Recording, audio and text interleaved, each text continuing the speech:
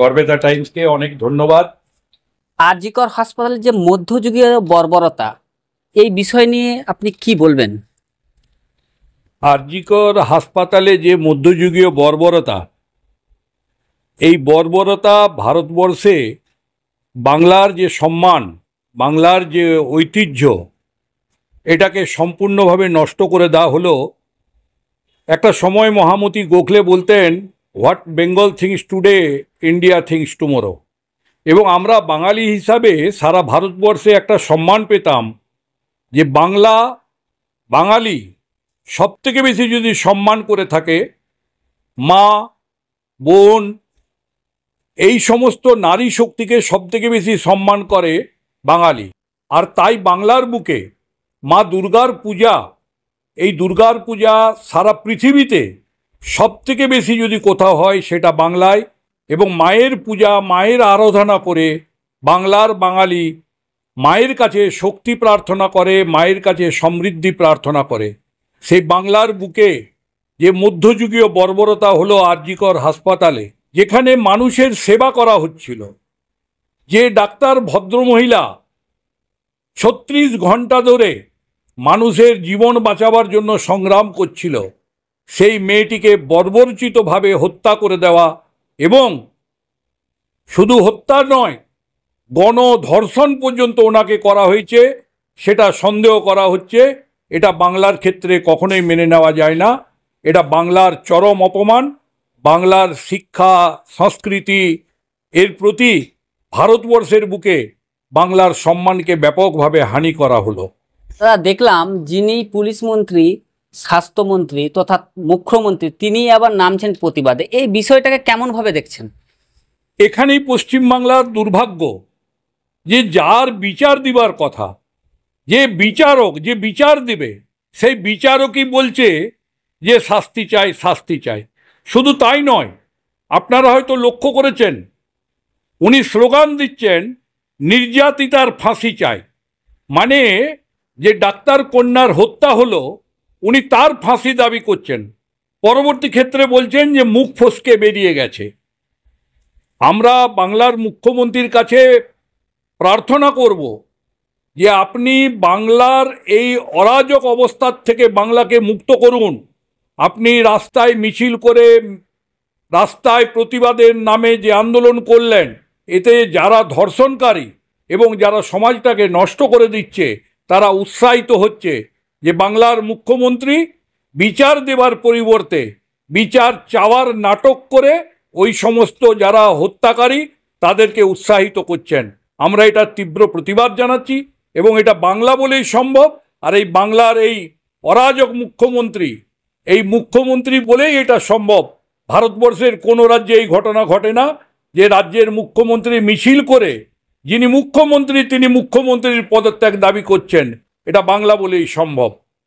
দাদা, দেখলাম গতকাল বিজেপির একটি শান্তিপূর্ণ মিছিলে সেখান থেকে শুভেন্দু অধিকারীকে গ্রেপ্তার করলে। আসলে বিরোধী দলনেতাকে কি রাজ্য সিঁদুরে মেঘ দেখছে?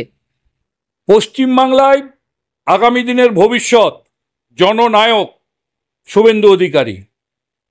শুভেন্দু অধিকারী এমন এক পরিবার থেকে এসেছেন যে পরিবারটা স্বাধীনতা সংগ্রামীর পরিবার, এবং শুভেন্দু অধিকারীর জন্যই যে নন্দীগ্রামের আন্দোলন হয়েছিল, সেই নন্দীগ্রামের আন্দোলনের পরে মমতা ব্যানার্জি ক্ষমতায় এসেছিলেন। আজকে সেই শুভেন্দুর কাছে 1956 ভোটে হারার পর মমতা ব্যানার্জি শুভেন্দু অধিকারীকে দেখলে সত্যি ভূত দেখছেন। কিন্তু শুভেন্দু অধিকারীকে পুলিশ দিয়ে আটকানো যাবে না। শুভেন্দু অধিকারীকে পশ্চিমবাংলার তৃণমূল দল যত চক্রান্তই করুক, শুভেন্দু অধিকারীকে আটকাতে পারবে না।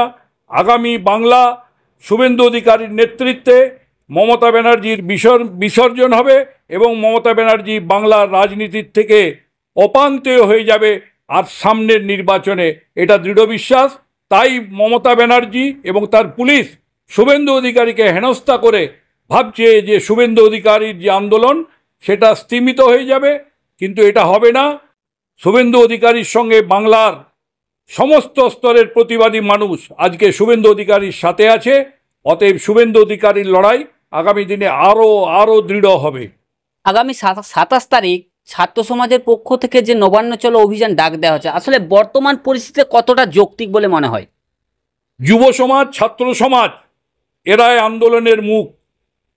যেখানেই কোনো স্বৈরতান্ত্রিক শাসন মাথাচাড়া দিয়ে ওঠে, সেটা যদি আমরা উত্তর কোরিয়া, দক্ষিণ কোরিয়া দেখি, একটা সময় 1971 সালে যখন বাংলাদেশ নামক যে রাষ্ট্রটা গঠন হলো পাকিস্তানের বিরুদ্ধে, বাংলাদেশের তৎকালীন দিনের ছাত্র সমাজ এবং যুব সমাজ গর্জে উঠেছিল। যখন যখন ছাত্র সমাজ এবং যুব সমাজ স্বৈরতান্ত্রিক শাসনের বিরুদ্ধে গর্জে উঠে, তখন শাসক ভয় পায়, শাসক তখন ভয়ে সন্ত্রস্ত হয়ে যায়। তাই 27 তারিখে যে ছাত্র সমাজের যে আন্দোলন, আমি আজকের থেকেই বলতে পারি 27 তারিখের যে আন্দোলন হবে, এটা সারা পশ্চিমবাংলা তাকিয়ে দেখবে। নবান্ন অভিযান পশ্চিমবাংলার বুকে তৃণমূলের এই 13-14 বছরের শাসনের সবথেকে বড় প্রতিবাদী আন্দোলন হবে আগামী 27শে আগস্ট। আমরা জানি আগস্ট মাস হচ্ছে বিপ্লবের মাস।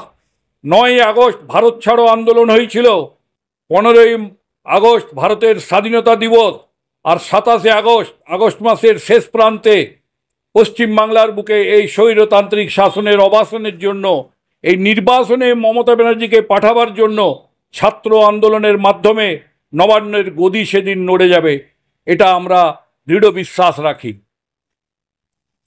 আরজিকর হাসপাতালের যে নৃশংস ঘটনায়, এই ঘটনায় শুধুমাত্র সঞ্জয়কেই কি পাঠার বলি করা হচ্ছে?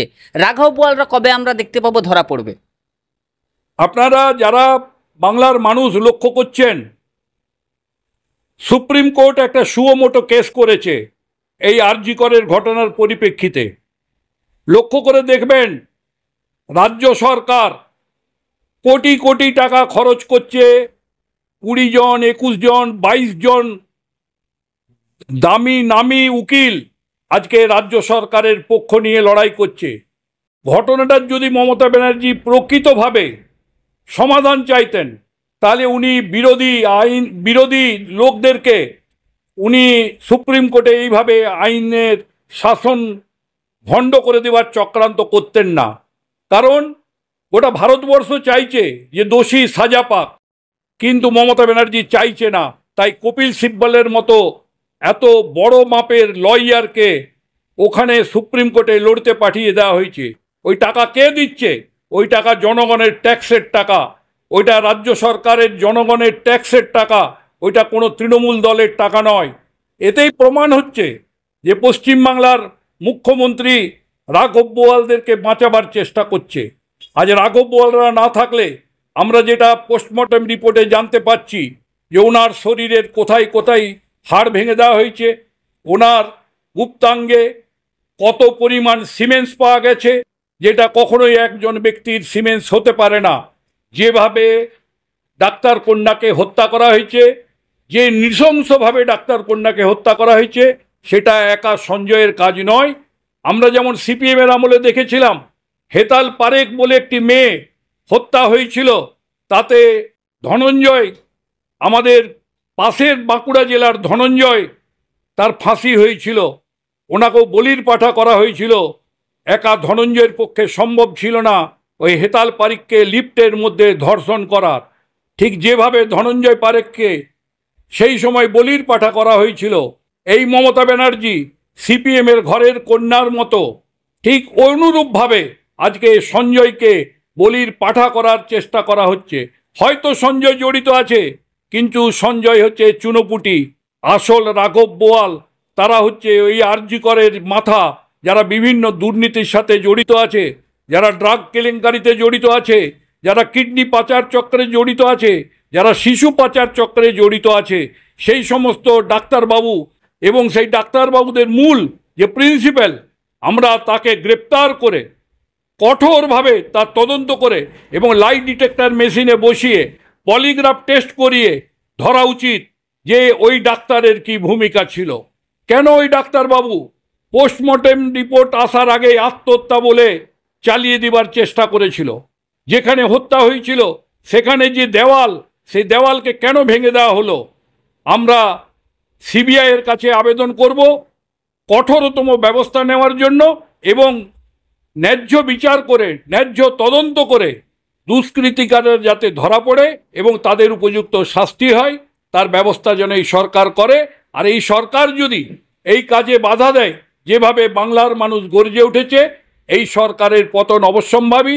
এই আরজি করেই মমতা ব্যানার্জির পতনের মূল কারণ হয়ে দাঁড়াবে। বলছি, রাজ্যের পুলিশের কি এমন হয়েছে যে প্রতিটি প্রতিবাদের কণ্ঠরোধ করার চেষ্টা করছে? রাজ্যের পুলিশ তো আর এখন অশোক স্তম্ভ নিয়ে পুলিশি ব্যবস্থা চালায় না। এক একজন থানার ওসি এখন তৃণমূল পার্টির সভাপতি। আপনি যে কোনো থানার অফিসে যান, সেখানে তৃণমূলের নেতাদের কোনো দাম নেই। সেই এলাকার থানার যিনি ওসি, ওনার কথাতেই সেই ব্লক চলে। পুলিশ হচ্ছে এখন এমন একটা জীব বলবো আমি। পুলিশের যে ধর্ম ছিল সত্যমেব জয়তে, সেই ধর্ম থেকে পুলিশ বিচ্যুতি ঘটেছে। পুলিশের পরিবারে আজকে পুলিশ নামক শব্দটা নিয়ে তারাও লজ্জাবোধ করে বলতে যে আমার বাবা পুলিশ, কেউ বলতে লজ্জা করে যে আমার স্বামী পুলিশ। সরকারি কর্মচারী বলে পুলিশ বলতে লজ্জাবোধ করে। আজকে যত দুর্নীতি পশ্চিমবাংলার বুকে ঘটনা ঘটছে, বালি চুরি, গরু পাচার, মোরাম পাচার, বোল্ডার পাচার, সমস্ত ক্ষেত্রে পুলিশকে অবাধ লুট করার পারমিশন দিয়েছেন মমতা ব্যানার্জি। তাই পুলিশ এখন এমন একটা জায়গায় পৌঁছেছে, পুলিশ এখন সরকারের চাকরি করে না, পুলিশ তৃণমূল দলের চাকরি করে এবং মমতা ব্যানার্জির চাকরি করে বলে মনে হয়। তাই এই পুলিশকে ধিক্কার। এবং এই পুলিশের মধ্যে যারা সৎ পুলিশ অফিসার আছেন, বহু পুলিশ অফিসার আছেন যারা সৎ অফিসার, তাদের কণ্ঠ রোধ করে দেওয়া হয়েছে। তাদেরকে সুন্দরভাবে তাদেরকে কাজ করতে দেওয়া হয় না। একটা সময় কলকাতার পুলিশকে স্কটল্যান্ড ইয়ার্ডের পুলিশের সঙ্গে তুলনা করা হতো। আজকে দুর্ভাগ্য, স্কটল্যান্ড ইয়ার্ডের পুলিশ কেন, আজকে বাংলাদেশের পুলিশের সঙ্গেও আমার বাংলার পুলিশের তুলনা করা যায় না। আমার পুলিশ এখন মেরুদণ্ডহীন পুলিশ হয়ে গেছে। আর এই পুলিশ বাংলার বুকে এই মমতা ব্যানার্জি থাকলে এই পুলিশি অত্যাচার এবং এই পুলিশি সন্ত্রাস আরও দিনের দিন বাড়বে। তাই আমরা এই সরকারের পতন চাই এবং এই সরকারের পতনের পরে সুস্থ ভালো যারা যোগ্য পুলিশ অফিসার, তাদেরকে স্বমহিমায় কাজ করার অনুমতি দিতে হবে। আবার বাংলা তার স্বমহিমায় ফিরে আসবে। আমাদের কবির কথায় জগৎ সবাই আবার শ্রেষ্ঠ আসন নেবে। এটাই হবে আমাদের ভবিষ্যতের বাংলা। দাদা, গড়বেতা টাইমসে আবার আপনাকে একবার ধন্যবাদ জানাই। আপনাদেরকেও ধন্যবাদ। আপনারা এসেছেন, এই আরজি করের মতো একটা ইস্যু নিয়ে আমার কাছে এসেছেন, আমি আপনাদের প্রতি কৃতজ্ঞ। এবং এই কথা আপনাদের মাধ্যমে, আপনাদের চ্যানেলের মাধ্যমে যেন গ্রাম বাংলার মানুষের কাছে পৌঁছায়। আপনাদের চ্যানেল নির্ভীকভাবে এবং সুস্থভাবে সমাজে কাজ করেন, আমি জানি এটা। আপনাদের চ্যানেলের আরও উন্নতি কামনা করি। নমস্কার।